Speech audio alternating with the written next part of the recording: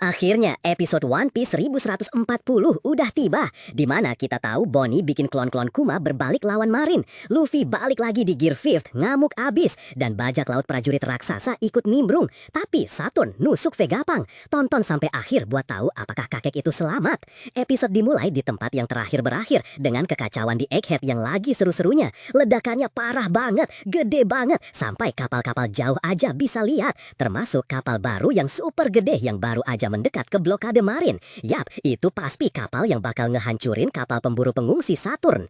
Balik ke pulau dekat mesin makanan, Luffy udah cukup istirahat. Dia udah selesai makan semua makanan itu dan dia ngilangin lemak tubuhnya yang gede banget cuma dalam sedetik. Marin kaget banget gimana cepatnya dia bisa mencerna semua itu. Salah satu bahkan nyaranin kalau Luffy mungkin bakal nelan mereka kalau mereka mendekat, dan dia mungkin ada benarnya. Antara Big Mom dan Kaido, makan orang mungkin emang semacam tradisi Yonko. Ledakan meriam menghantam tepat di dekat Marin, bikin salah satu anggota skuad mereka jatuh. Seluruh area hampir sepenuhnya dilalap api berkat Buster Call. Mereka harus evakuasi, tapi mereka juga harus ngurusin Luffy. Mereka punya salah satu bajak laut paling dicari di dunia, tepat di bawah kendali mereka. Seorang Marin bilang ke yang lain buat pasang borgol batu laut ke kaisar ini, biar dia nggak jadi ancaman. Tapi Luffy senyum, rambutnya berubah, dia udah balik lagi ke Gear 5. Seperti yang diduga, mereka nggak ada harapan. Dia langsung ngehajar mereka sebelum mereka sempat mendekat. Luffy yang kenyang itu, Luffy yang bahaya. Jagoan kita balik lagi. Sementara itu, komandan artileri nyuruh anak buahnya buat terus nembak ke api,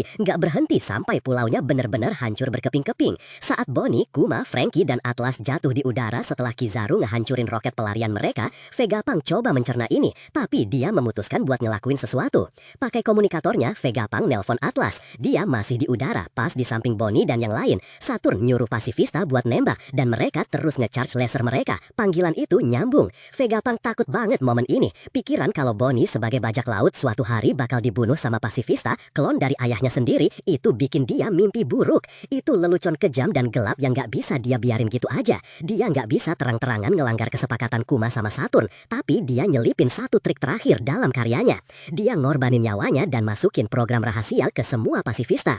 Vegapunk pengen Atlas bilangin rahasia ke Bonnie yang cuma para Vegapunk yang tahu. Sanji ngelihat mereka jatuh langsung loncat ke udara, coba ngelakuin sesuatu buat bantu. Atlas nyamperin Bonnie dan ngasih tahu kebenarannya. Di antara hembusan angin dan ledakan yang gak ada habisnya, gak ada yang bisa dengar apa yang diucapin. Tapi Bonnie jelas kaget banget sama berita ini. Dia cuma ngelihat Atlas, gak yakin dia bisa percaya apa enggak. Jadi Bonnie teriak ke mereka. Dia manggil semua klon ayahnya ini seolah mereka yang asli, minta mereka jangan nembak. Ayah, berhenti, bantu kami kabur dari sini, dia teriak. Bonnie melihat ke bawah, berharap sekuat tenaga kalau ide gila ini beneran berhasil. Para pasifista kayaknya nggak dengerin, cuma berdiri diam gak berekspresi dengan cahaya bersinar di tangan mereka. Marin yang ngeliat nggak bisa ngerti apa yang dia bilang di tengah ledakan. Tapi enggak, cyborg raksasa itu berbalik mengarahkan telapak tangan mereka tepat ke sekutu Marin mereka. Mereka butuh semenit buat mencerna perintah itu, tapi mereka dengar Bonnie dengan jelas. Berkat suara Bonnie, semua pasifista berbalik nyerang Marin. Ini twist yang keren banget. Vegapunk naro Bonnie di puncak hierarki otoritas pasifista.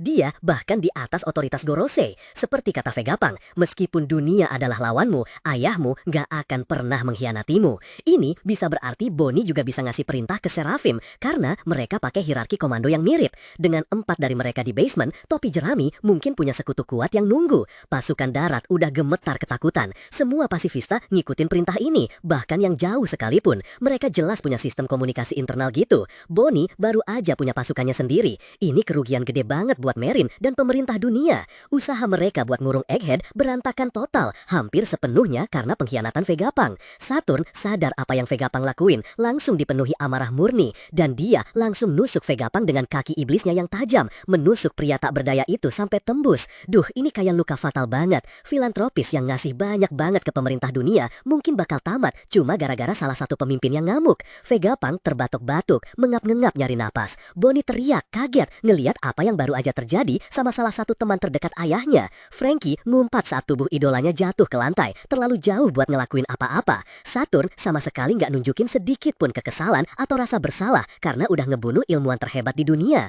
Udah waktunya sih, Saturn udah ngomongin buat bunuh Vegapunk sepanjang arc ini, dan akhirnya dia ngelakuinnya. Vegapunk bakal tamat sekarang. Kena tusuk di One Piece biasanya nggak berarti banyak, kecuali kalau itu flashback. Tapi aku nggak bakal kaget kalau dia beneran tamat di sini. Semua ilmunya Labelnya ada di Punk Records dan Atlas masih ada. Saturn yang murka lalu nyuruh Kizaru buat ngabisin kelompok di udara itu buat ngalahin mereka semua secepatnya.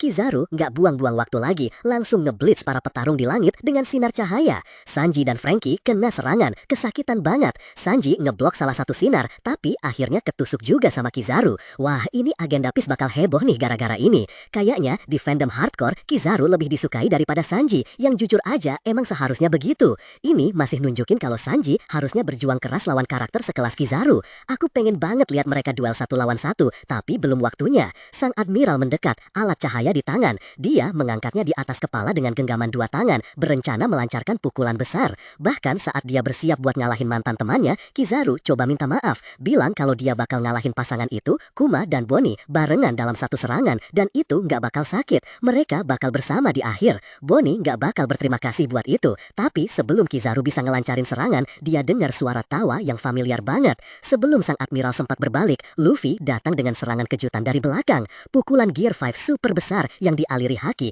cukup ngejatuhin Kizaru dari udara dan ngentiin serangan untuk sementara. Bonnie bingung banget sama serangan mendadak itu. Saat tangan Luffy mulai meregang balik ke tubuhnya, Luffy udah di sini sekarang, masih ketawa dengan kekuatan penuh. Dia lalu ngubah tanah jadi karet dengan kekuatan buah iblisnya yang bangkit, nyelamatin semua yang jatuh. Mereka mendarat dengan aman. Kuma jadi bantalan buat jatuhnya Bonnie. Genderang pembebasan menggema di atas Egghead. Waktunya bersenang-senang. Saturn menatap Luffy dalam diam. Kaget. Dia kaget karena Luffy adalah titisan antikristus mereka, Nika.